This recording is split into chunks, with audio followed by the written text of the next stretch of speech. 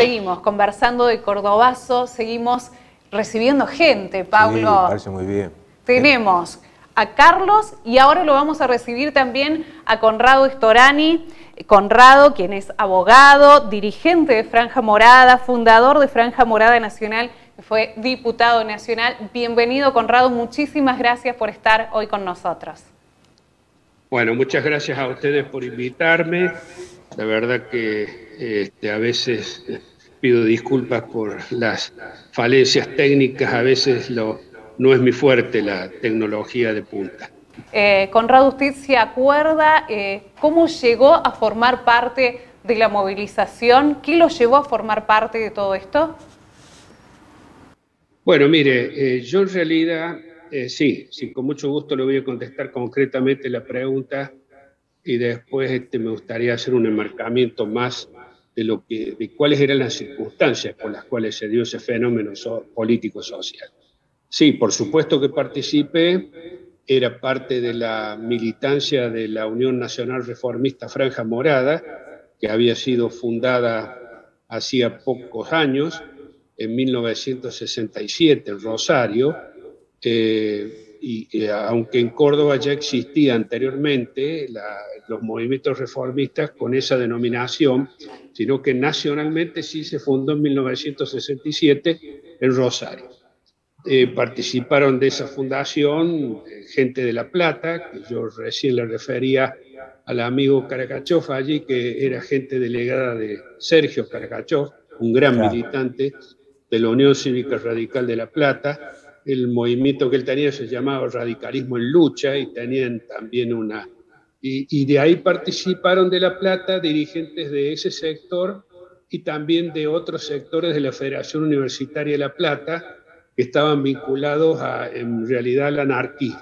Lo mismo pasó en Rosario, donde estaba también Eduardo Garat y el Bobo Arteaga. El primero de ellos también dirigente anarquista, Arteaga no, era de la Unión Cívica Radical. En ese entonces la Franja Morada era un poco una mezcla, había de varios sectores, inclusive de los dos socialismos que estaban en ese entonces, que era el socialismo argentino y el socialismo democrático. Eran dos variantes que estaban. Pero bueno, volviendo al tema, todos estos militábamos dentro de movimientos reformistas que se basaba, por supuesto, en la reforma universitaria del 18, con distintas variantes a lo largo del tiempo. Este tema hizo que los movimientos reformistas, en el caso nuestro en Derecho, donde estaba Ernesto Vicente Aracena, Andrés Segura, Sergio Gestrin, y una serie de dirigentes como los mendocinos Antonio Sánchez, Eduardo Simeonato, estaba ingresando recién Lucio Prado, Carlos Becerra, quien les habla.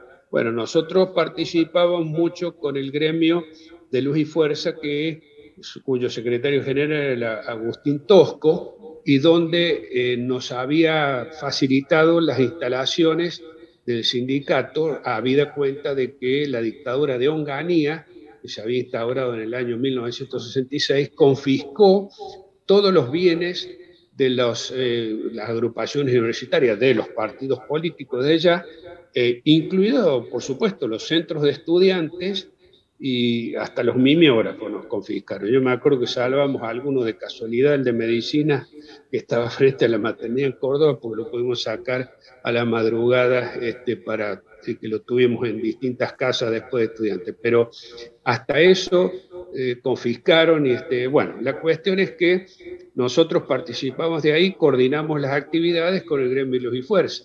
El caso del grupo donde militaba Carlos Azócar, un gran amigo y un gran militante popular de aquel entonces, juntamente con Luis Rubio, con Raúl Cariñano y otros amigos que ya no me acuerdo porque eran muchísimos también. Ellos participaron mucho también en la movilización conjuntamente con el ESMATA y nosotros con Luz y Fuerza. Y me acuerdo que ese día confluimos con Aracena y otros amigos más,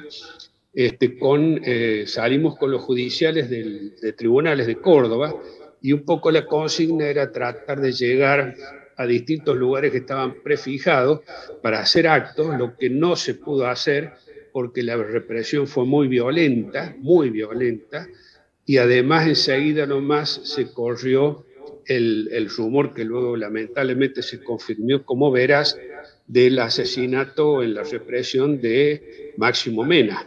Y esto trajo como consecuencia una reacción muy fuerte, ya no solo de los que participábamos de ese movimiento que estaba vinculado a un paro activo que había decretado por los gremios de Córdoba, sino que también ya participó la ciudadanía en general. Ese día se llegó a pensar que hubieron aproximadamente movilizados 200.000 habitantes de la ciudad de Córdoba que de una u otra forma participaron activamente en protesta contra la dictadura que había en ese entonces. Bueno, esto fue un poco después, por supuesto, hay muchas cuestiones para señalar. Yo quiero destacar que acá lo que estaba fundamentalmente poniéndose como condición era una fuerte lucha ideológica vinculada a los sectores fascistas de derecha que estaban encaramados en el gobierno dictatorial de Onganía.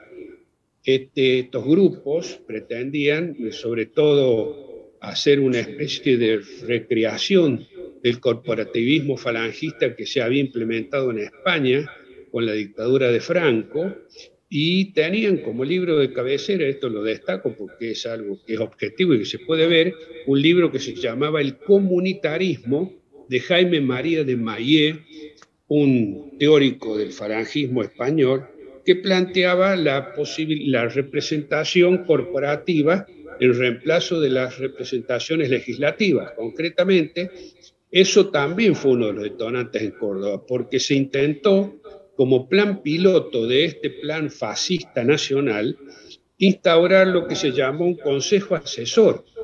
El gobernador de facto, que por supuesto ilegítimo, puesto por la dictadura, Carlos Caballero, intentó implementar este consejo asesor, y felizmente, como digo, en Córdoba existía una dirigencia sindical sumamente democrática y abierta.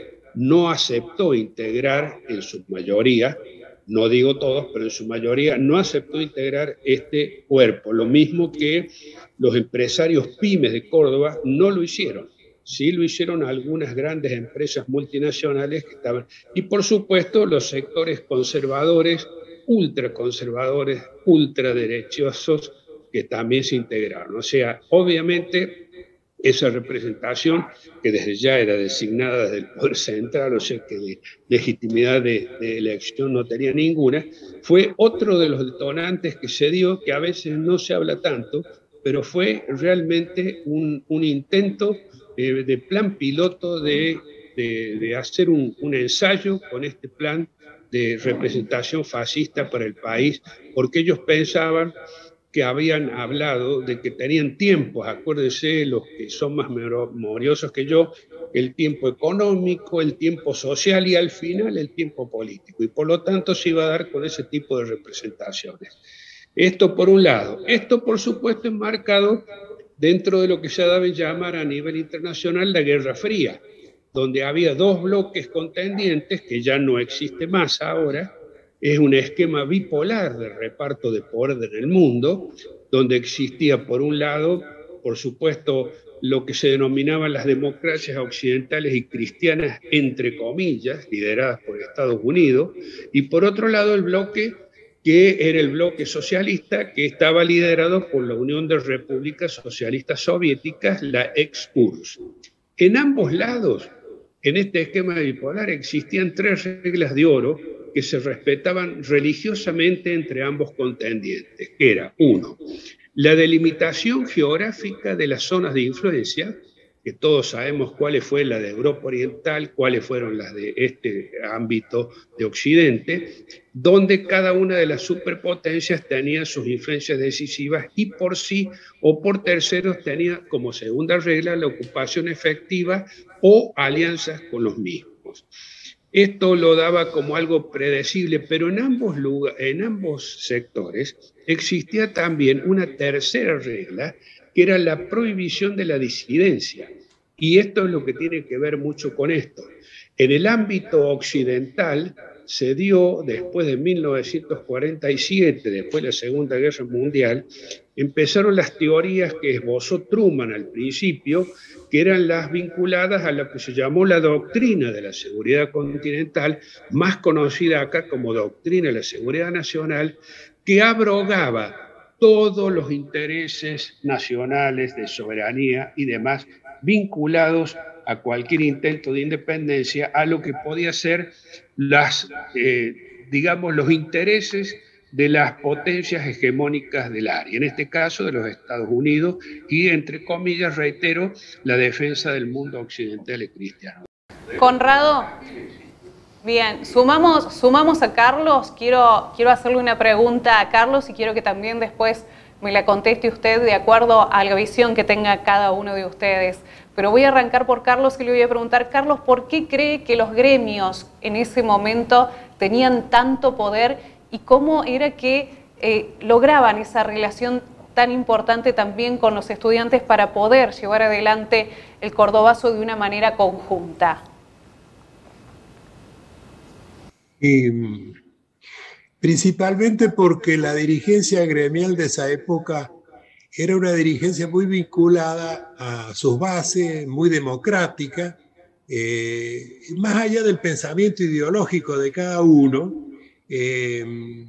Ellos tomaban sus decisiones en base a no solo a sus cuerpos orgánicos, sino en base a deliberaciones en asambleas a veces masivas. Esta que le dije del 14 de mayo, era el Córdoba Sport lleno, que era el gran estadio de box de la ciudad de Córdoba, donde el secretario general proponía una medida, una decisión y la gente aprobaba, discutía inclusive con posiciones diferentes y se votaba. Agustín Tocco también fue un gremialista muy democrático y acompañado por dirigentes de distintas extracciones políticas e ideológicas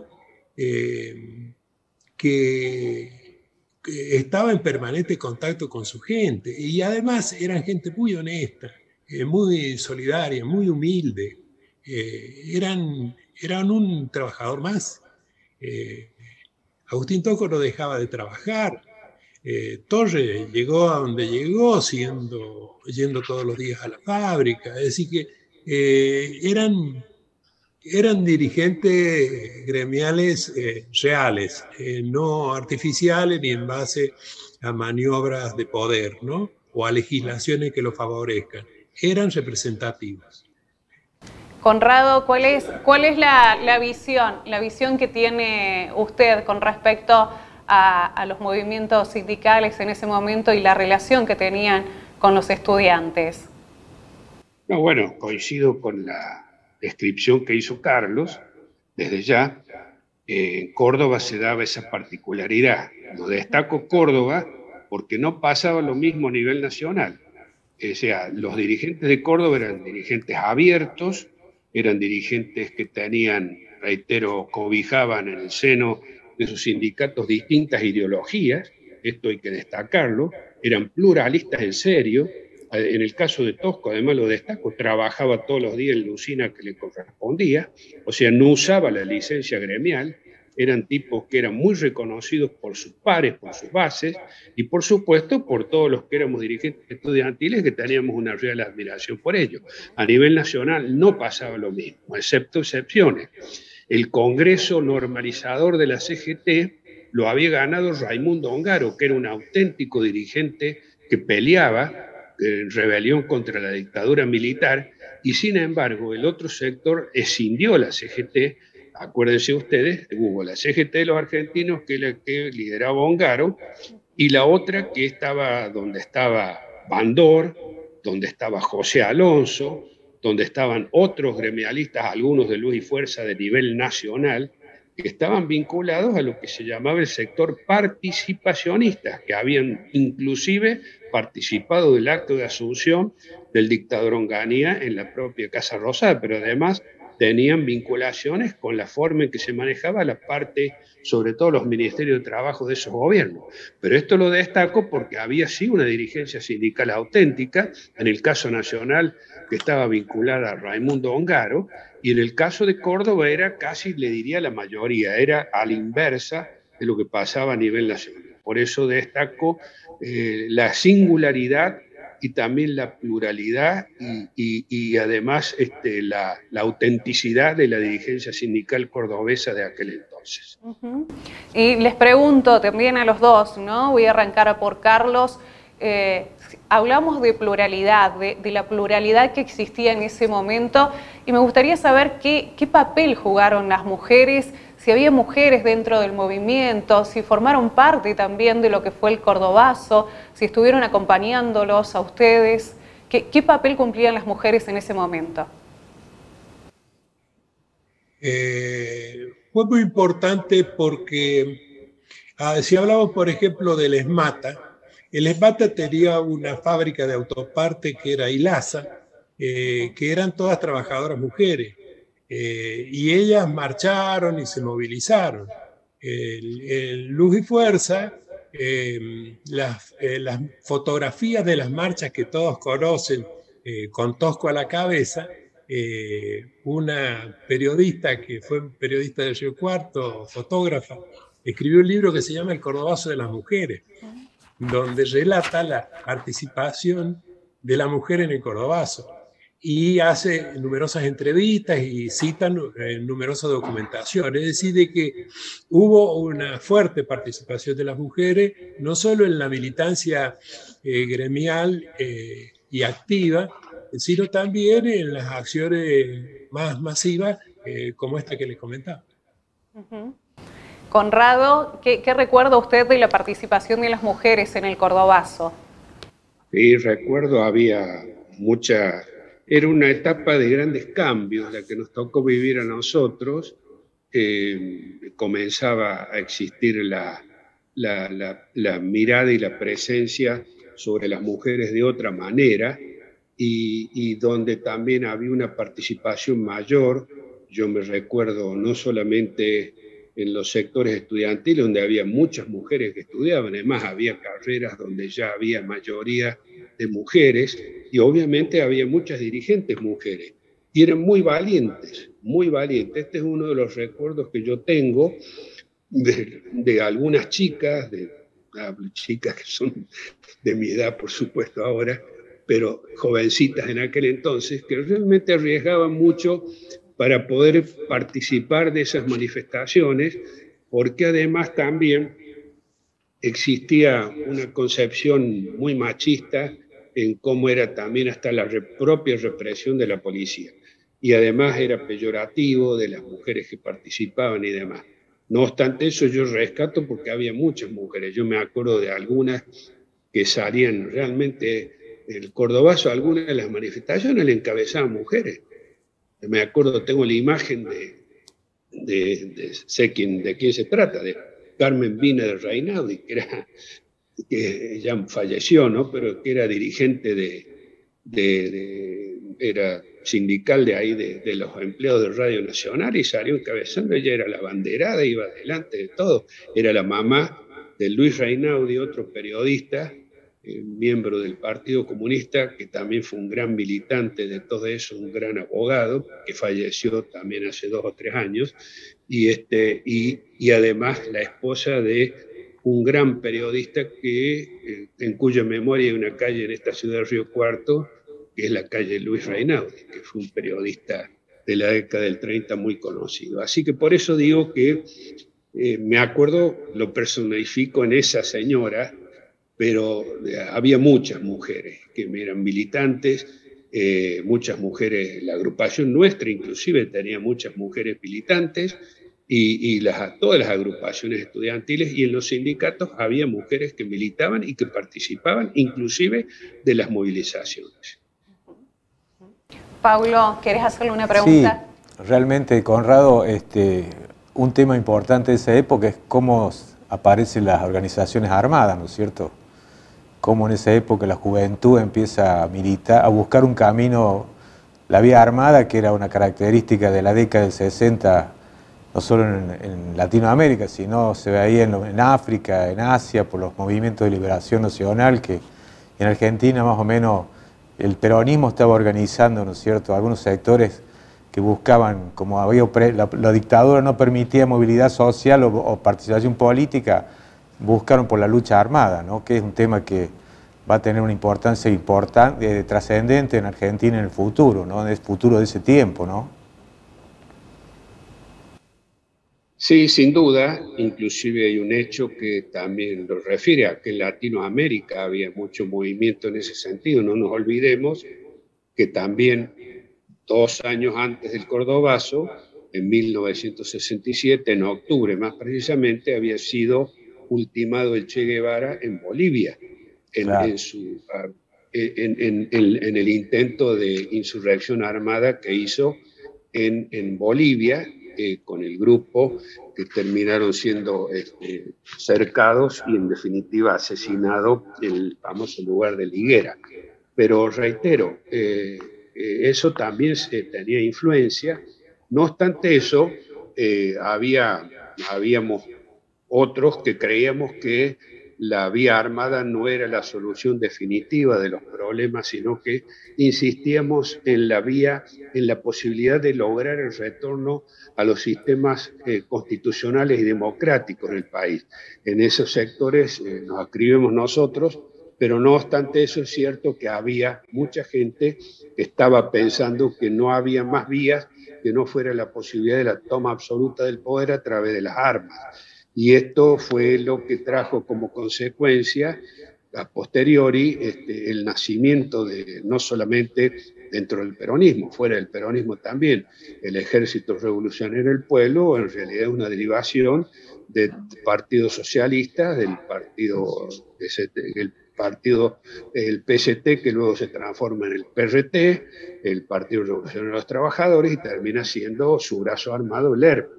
Pero también había habido algunos intentos anteriores a través de las Fuerzas Armadas de Liberación y todo el grupo que había tratado de intentar anteriormente en un gobierno constitucional como fue el de Ilia, a través del movimiento que hizo Massetti, acuérdense ustedes, y que fracasó rotundamente en la provincia de Salta con un grupo armado que no tuvo respuesta popular, que es lo que buscaban para poder lograr una insurrección general. Bueno, todo esto trajo como consecuencia de que efectivamente había, y por supuesto, luego dentro de los sectores del peronismo, que esto lo puede decir un poco más a lo mejor Carlos Azócar, hubo también serios intentos que vinieron de varias vertientes, porque una cosa son los montoneros originales, otra cosa eran las FARC, las Fuerzas Armadas Revolucionarias, y otras cosas eran las FAP, las Fuerzas Armadas Peronistas, que tenían distintas variantes y distintas concepciones ideológicas en su inicio. Así que esto sí, claro, había varias variantes, pero una gran mayoría, también tengo que decir, porque no éramos pocos, de gente que pensábamos que la salida armada no era la vía, por lo menos idónea para aquel entonces, sino que había que luchar por el retorno de la democracia, el retorno a las instituciones y la plena vigencia de la Constitución Nacional. Eso fue lo que nosotros, por lo menos, empeñamos. Debo aclarar también que para los sectores que nos reprimían, todos éramos exactamente iguales, o sea, en eso no había distinción, estuvieron por una vía o por otra, nos consideraban a todos, o nos tildaban de acuerdo a eso que yo manifestaba antes, de la prohibición de la disidencia a través de la aplicación irrestricta de la doctrina de seguridad nacional internamente, éramos todo lo mismo los opositores. Carlos, le pregunto, ¿cómo fue el momento de la represión? Ustedes eran muy jóvenes, ¿ustedes tenían conciencia de lo que estaban enfrentando en ese momento? Sí, efectivamente, el movimiento estudiantil era muy masivo, le había explicado anteriormente, por lo tanto, también era muy democrático, porque las asambleas en el comedor universitario eran de muy importante debate, lo mismo que se daban adentro de las agrupaciones, es decir, Acá Conrado habla de Franja Morada. Franja Morada, a nivel nacional, él es uno de sus fundadores, pero ya existía anteriormente en el cogobierno universitario, tenían representantes como el periodista Nilo Neder, que fue conciliario en la universidad, que compitió electoralmente con nuestra agrupación, y existía un altísimo nivel de conciencia en los estudiantes, y los movimientos no eran, como le decían a veces los padres o la prensa, de que eran orquestados por agitadores. Era porque así lo entendían y así lo asumían. Y otra,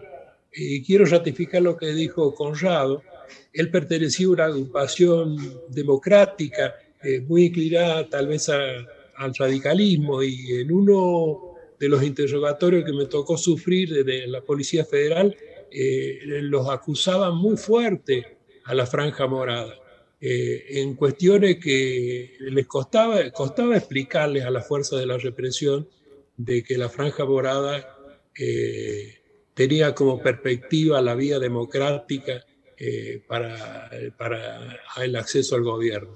No lo entendían, era una época de dictadura, una época de pensamiento único. El modelo que señala Cachito es el modelo español que intentaba imponer Onganía, que por supuesto le fracasó, y que el cordobazo fue el golpe final. El mismo Lanús, en su libro Los Testimonios, reconoce que el cordobazo fue el golpe final a ese proyecto de dictadura militar. Bien, hacemos una pausa, pero no se mueven de ahí porque ya volvemos con mucho más políticamente correctos. Ya volvemos.